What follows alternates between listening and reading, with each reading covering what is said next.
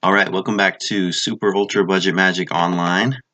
Today we're doing a deck tech for Infinite Bloodbraids or Temur Elves.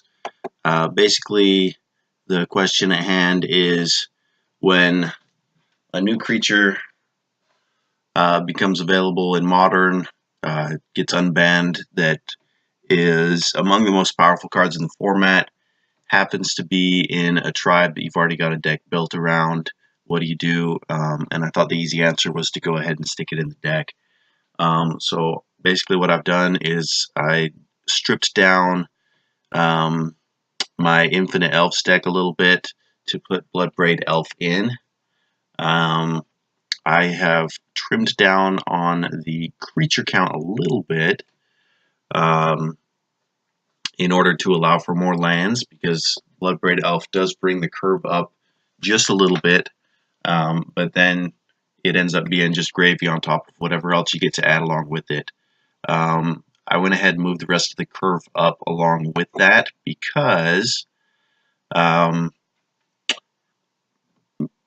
upgrading to Presence of Gond instead of Rise the Redeemed ends up making the deck a lot less expensive on paper. It also makes better use of Bloodbraid Elf because it's a 3 converted mana cost enchantment and allows the infinite loop to go a lot easier, basically on one creature, assuming that you've got a creature on the battlefield, which you're casting enough stuff here that should be something that's pretty common.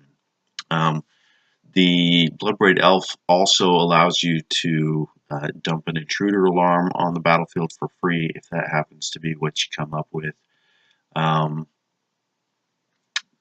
Previous tinkering with this deck, I have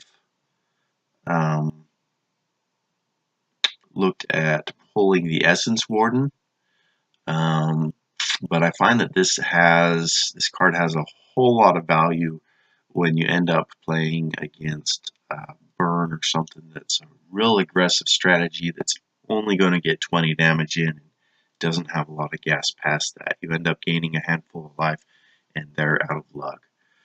The mana base certainly has room for improvement. I basically just used what I already had. Carplucent Forest has really gone up in price since the time that I picked it up, and so if you've got something else that's red and green or something that's better that's red and green, by all means use something else. But I went ahead and put Carplucent Forest in for this deck for what I've got online.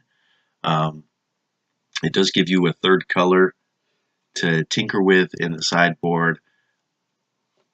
By all means, tinker with the sideboard.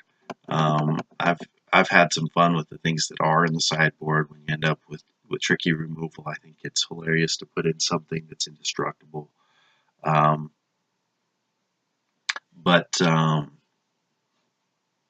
Anyways, I've been a big fan of my Infinite Elves deck to begin with, and this is a potential upgrade.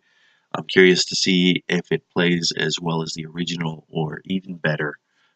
So I hope to get some matches on here soon. Thanks for watching.